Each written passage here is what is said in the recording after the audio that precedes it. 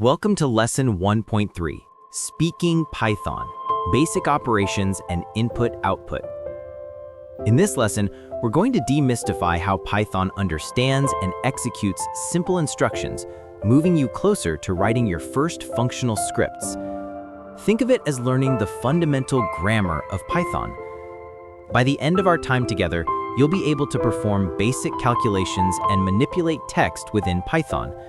You'll also learn how to create interactive programs by taking input from a user and then displaying clear, meaningful output back to them.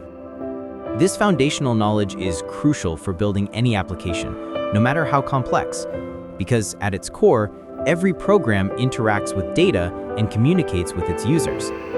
Let's dive in and start making Python speak our language.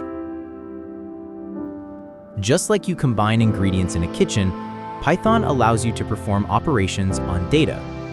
We primarily focus on two types of basic operations: arithmetic operations for numbers and string operations for text. Think of arithmetic operations as the mathematical functions you learned in school: addition, subtraction, multiplication, and division.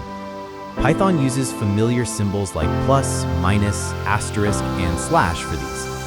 For example, you can add two numbers, subtract them, or even find the remainder using the modulo operator, %. These are fundamental for any calculation-based task. Beyond numbers, Python also excels at handling text, which we call strings. String operations allow you to combine pieces of text, a process known as concatenation. Imagine you have a first name and a last name, and you want to join them to form a full name. Python lets you do this easily with the plus operator.